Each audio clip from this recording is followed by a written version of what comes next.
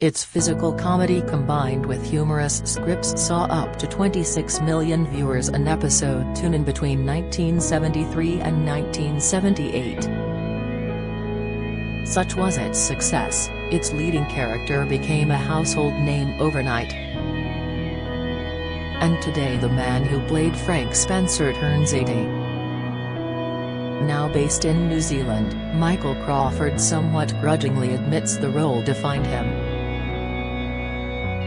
"I had never dreamed of being an actor. It was almost as if the profession had chosen me. One job always seemed to lead to another," he recalled in his memoir. "The role had a huge impact on my life. My career was completely reborn. But it also carried a double-edged sword of public recognition and what proved to be an almost indelible public image of me as a disaster-prone nincompoop. Some mothers hadn't paid much, but it had given me professional success and more public recognition than I'd ever imagined possible, even during the years of making Hollywood films." Born in Salisbury, Crawford first trod the boards at Oakfield Upper School in the London suburb of Dulwich. His path to stardom began age 13 when he joined the English opera group and quickly headed off on his first UK stage tour in a version of Benjamin Britten's Let's Make an Opera. By 14 he was enjoying regular work as an actor and singer. Yet it is the hapless Frank Spencer instantly recognizable by his Mac-Barayan trademark cry of "Ooh, Betty!" who remains indelibly etched in the national consciousness, largely because of the mishaps which befell him and his long-suffering wife Betty, Michelle Dotrice. Crawford's character became a staple of every impersonator's act during the 1970s and 80s. However, the series was originally seen as a vehicle for Norman Wisdom. When he declined, Ronnie Barker was considered, before the role was finally offered to Crawford, who earned £1,000 per episode during the first series, rising to £12,500 for the final installment, a 1978 Christmas special. The sitcom was written by Isle of Wight-based Raymond Allen. After failing in his attempts to pen a drama series, Allen tried his luck at comedy. "I remember clearly the day my 40th drama script was rejected with a note from the TV company's script reader telling me to write about something I knew," he recalls today. "Unfortunately, there wasn't much about life I didn't know. At nearly 30, I'd never been abroad, had little money, no proper job and was financially supported by my parents. Not surprisingly, I was very depressed. However, having failed dismally as a dramatist, I turned to humor, more in desperation than hope. After penning a script titled Have a Break, Take a Husband later altered to Some Mothers about a married couple, Frank and Betty, Allen posted it to the BBC. Fortunately, the BBC's head of comedy, Michael Mills, and a brilliant young actor, Michael Crawford, found it funny, says Allen, now 81. After years of rejections, he had struck upon an idea which was nurtured by the experienced hands of Mills and brought alive by Crawford's dynamism. Watching Michael get into the part was extraordinary, Allen recalls. He didn't just play Frank, he became Frank, and the delightful Michelle Dotrice as Betty was perfect. Michael was always very professional. He had a much quicker mind than me, so I found it difficult keeping up with him at times. As soon as I watched the first episode, I knew he was going to be a success. Dotrice, just 25 when she joined the cast, enjoyed the strong working partnership forged with Crawford over the 3 series.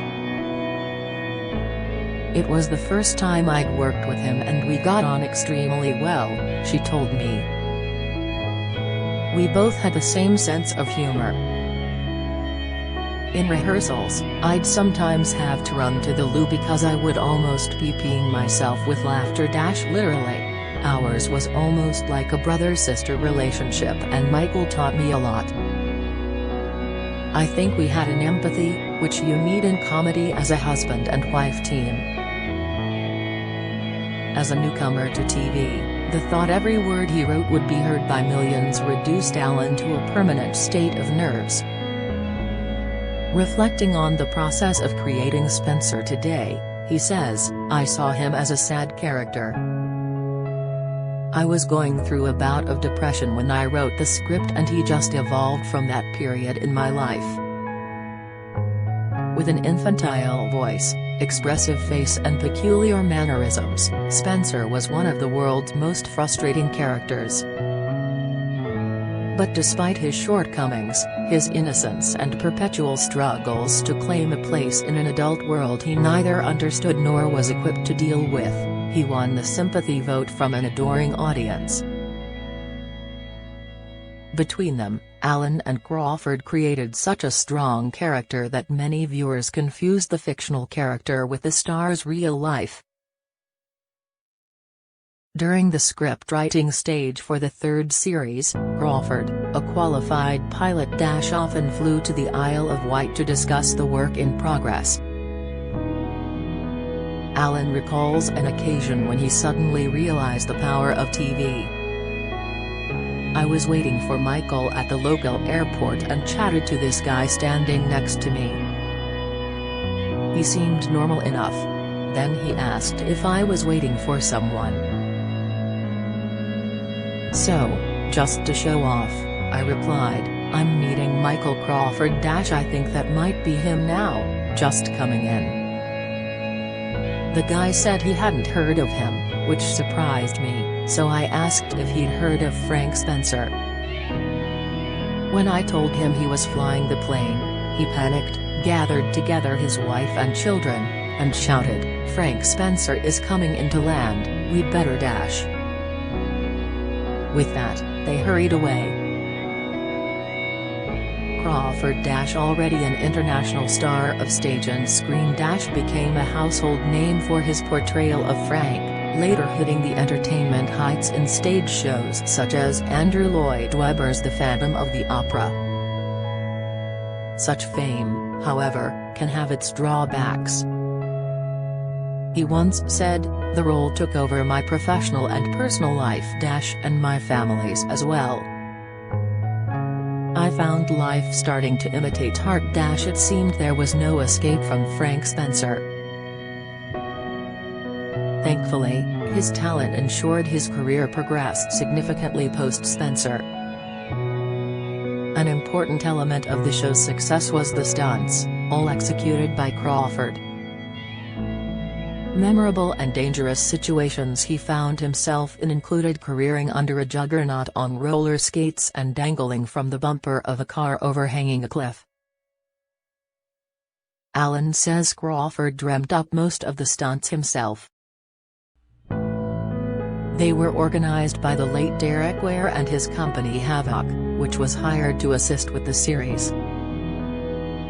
Neither the producer nor myself wanted to kill off the leading man. I'd write a stunt but Michael always wanted to develop it further. An example appears in the RAF reunion episode. An incident saw Frank end up inside a wardrobe. I wrote that the wardrobe toppled over, suggesting it could fall down a step. But Michael wanted it to roll down a flight of stairs, which I wouldn't have written because it was too dangerous. Alan recalls the moment the stunt was tested with a dummy inside. The door came off and the dummy's head rolled out. It was all in bits. When Michael did it, he was strapped inside so couldn't move, but it still took some doing. Reflecting on the success of his sitcom, still screen periodically and having spawned a hit stage show starring Joe Pasquale, Alan says it still feels like a dream. "I never imagined the series would make such an impact.